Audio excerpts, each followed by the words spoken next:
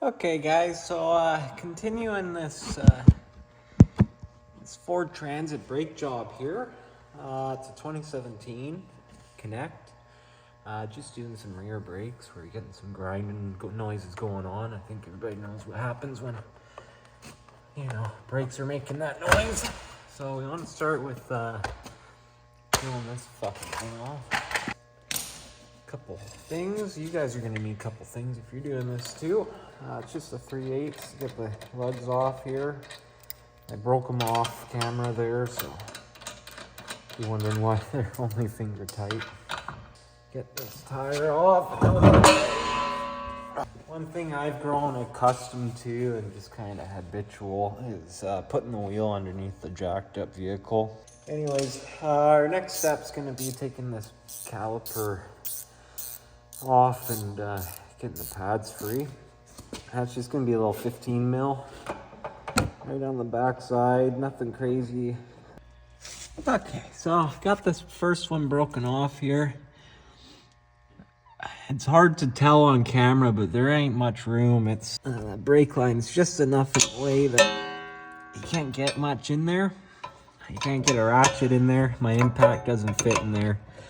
Kind of stuck on wrenches here, so what I did off camera was just hook up a second wrench with a double wrench technique on this top one. Bottom one's a little bit easier. There's a bit more room. I'll show you here. Right there. There's a bit more room. Throw an extension on there, you get a ratchet. Okay, so I got this off. Like I was saying, it's just two 15 mil holding here. So what we're going to be doing now, getting this little spring thing. We're going to be getting this off, and we're going to be getting this caliper bracket. Going to be getting this off so we can get to the pads and the piston. We want to reset this, and I'll show you how to do that. Yeah, we're going to get this bad boy off here. I'm just using a flathead. Forget how I did it on the other side. Just kind of getting where you can go, and this piece will come right out, hopefully. Something like that. Put that somewhere safe. These pads will come out, and this comes right out. Now we have our little piston,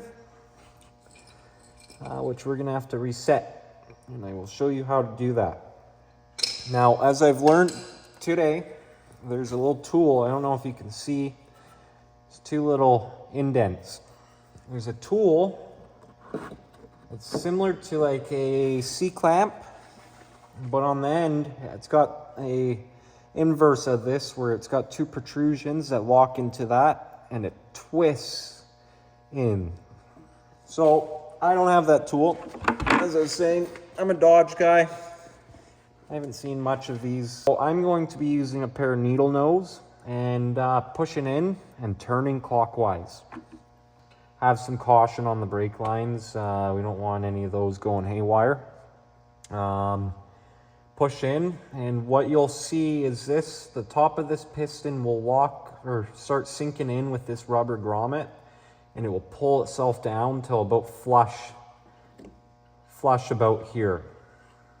Then when it's like that, I'll show you how to get the pads in and kind of do the inverse of what we just did. Okay guys, so I got really tired of using needle nose, so I made a little ugly piece of shit tool. Anyways, this is what's supposed to go on here. It's hard with one hand, but we're just gonna twist this slowly, and this piston's gonna sink right in. Anyways, we're just gonna twist this nice and slow. And there we go. Okay guys, so I got the tool off. this piston's reset now. So what we want to do, what I've done off camera is I put a little bit of this stuff on the hub just to prevent this rotor from seizing on, rusting. Thankfully it wasn't to begin with, but I have had rotors stuck on, and I'm a strong believer in Permatex. They're a little anti-sneeze, or I call it never sneeze, because if you sneeze you're gonna get it all over yourself. And then our caliper bracket bolts had a little bit of factory blue Loctite, so I'm just putting a little bit of, again, just a little bit of blue Loctite. I've gone ahead and cleaned up this little bracket, put a little bit of grease on everything, and yeah, I think we're ready for assembly. So one important little thing, these pads, one of them has a spring, as you can see. One does not. This spring goes on the inside, so we will do that.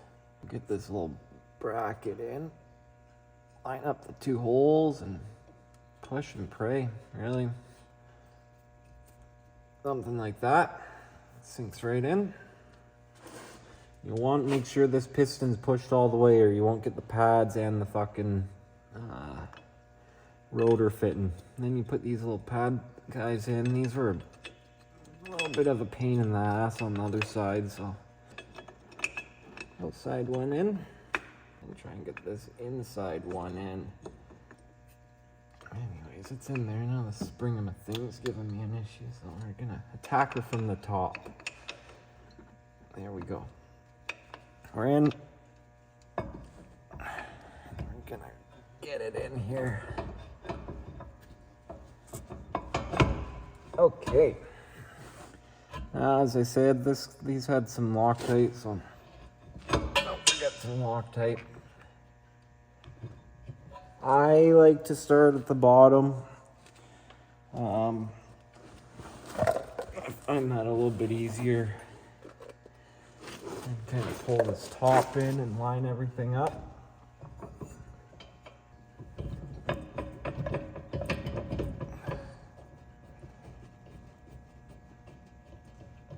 If you guys saw how you're getting held up right now, you'd be laughing. So what we want to do here is we just want to snug them up, make sure we're snug on both of them, which I believe factory torque spec is, I think it's 80 foot-pounds or so. Now, so anyways, now we got to put this bad boy back on. I hope you didn't lose it. At the end of the day, what we're trying to do is get these little tabs on these little tabs and the pins in the holes here. Kind of bend and push and pull and pry to do so. They will go on. Sink that in, and there you go. Okay, folks, so got the wheel on, just got these hand tight right now, so what I'm gonna do, we're gonna torque it down to 100 foot-pounds. Now, it's always important to remember to, what is it? Do a star pattern. So I'm gonna start here. My next one's gonna be here.